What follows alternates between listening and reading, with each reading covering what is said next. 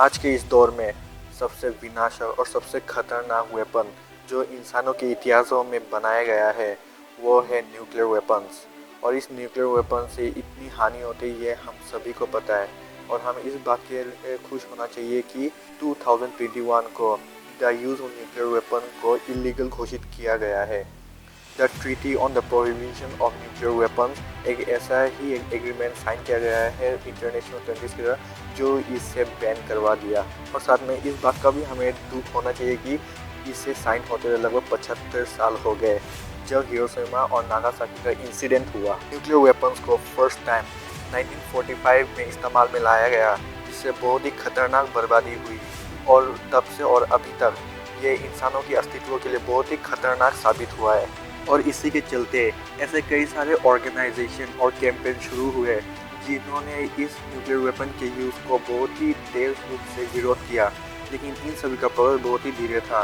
पर 2010 में ICAN International Campaign for Abolition of Nuclear Weapon का नाम का एक नॉन गवर्नमेंट ऑर्गेनाइजेशन बना जिन्होंने ऐसे कई सारे दूसरे गवर्नमेंट अलग अलग देशों से मिलाकर यूएन में एक ऐसा ट्रीटी को साइन करने के लिए मजबूर कर रहा था जिसे इन न्यूक्लियर वेपन को यूज़ करने के बारे में ना ही सोचे।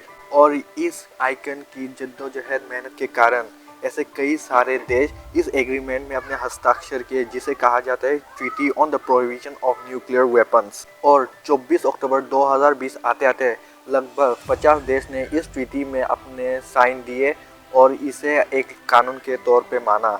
इसके होते हुए 90 दिन के बाद इस ट्रीटी को एनफोर्स किया गया, यानी इसको एग्जीक्यूशन में लाया गया।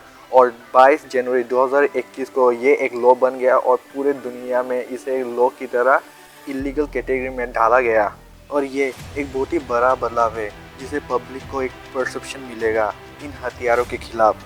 इस ट्रीटी के अनुसार सिर्फ इसका यूज बैन नहीं है बल्कि इसका प्रोडक्शन, इसको जो पोजेस कर रहा है, उसको ट्रांसफ़र, इसके जो ट्रेड, इन सभी के ऊपर बैन लगाया गया है। पर आपको जान के ये आश्चर्य होगा कि जिन देशों के पास न्यूक्लियर हथियार पहले से ही है उन्होंने इस ट्रीटी पर साइन ही नहीं किया और उल्टा इसको और ब्लॉक करने की उन्होंने कोशिश की। UK, US, Russia, France, China, India, Pakistan, Israel और नॉर्थ कोरिया, इन सभी देशों के पास न्यूक्लियर आर्म है, लेकिन इन देशों में से कोई भी एक ने इस ट्रीटी पर साइन नहीं किया। पर इसका मतलब ये नहीं कि ये सारे देश इस ट्रीटी से बच गए, बल्कि उनको इसका और भी ओपोजिशन मिला, क्योंकि हम सभी पता है कि ये ट्रीटी हमारे इंसानों के अस्तित्व के लिए बहुत ही इम्पोर्टेंट है। और अगर इन देशों में से कोई भी इसको ओपोजिशन किया, इनको पता है कि इनको बहुत ख़राब रिस्पॉन्स मिलेगा। के पास ऐसा कोई भी एक अच्छा पॉइंट नहीं होगा, एक तगड़ा पॉइंट नहीं होगा जो कि वो अपने साइड को जस्टिफाई कर पाए, क्योंकि न्यूक्लियर वेपन बहुत खतरनाक है। उसको जस्टिफाई करने के लिए ऐसा कोई भी देश अपने कदम आगे नहीं रखेगा, यहाँ तक कि इंडिया भी।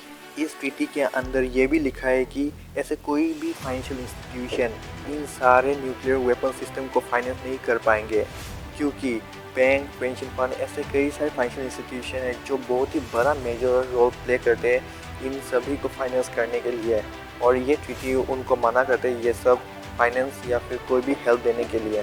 और इसी के चलते इन फाइनेंशियल इंस्टीट्यूशन को या तो इस ट्रीटी को एक्सेप्ट करना पड़ेगा या फिर रिजेक्ट। अगर एक्सेप्ट किया तो अच्छी बात, और अगर रिजेक्ट किया इन चीज़ों ऐसे कई सारे अपोजिशन को सामना करना पड़ सकता है जिससे उनका ब्रांड इमेज डाउन हो सकता है। और कोई भी इंस्टीट्यूशन ये नहीं चाहेगा कि उनके क्लाइंट और पब्लिक के सामने उनकी ब्रांड इमेज ख़राब हो जाए, क्योंकि उनको इससे बहुत बड़ा घाटा और बहुत बड़ा लॉस हो सकता है। जर्मनी, जापान, स्वीडन, नीदरलैंड, इन सभी देशों के बड़े बड़े फाइनेंशियल इंस्टीट्यूशन में भी इस ट्रीटी का अपोजिशन में आए थे, लेकिन इन सभी ने यही डिसाइड किया कि हम भी इसमें इन्वेस्ट नहीं करेंगे, क्योंकि उन्हें पता है कि अगर उन्होंने ऐसा कुछ किया तो उनके लिए बहुत ही घातक साबित हो सकता है। इस ट्रीटी के खौफ के कारण ऐसे कई सारे देश जिन्होंने अपने हस्ताक्षर इस ट्रीटी में नहीं दिए थे, उनके अंदर भी यही डर है कि वो कई ऐसे अपोजिशन और या फिर ऐसी बातें ना ला दे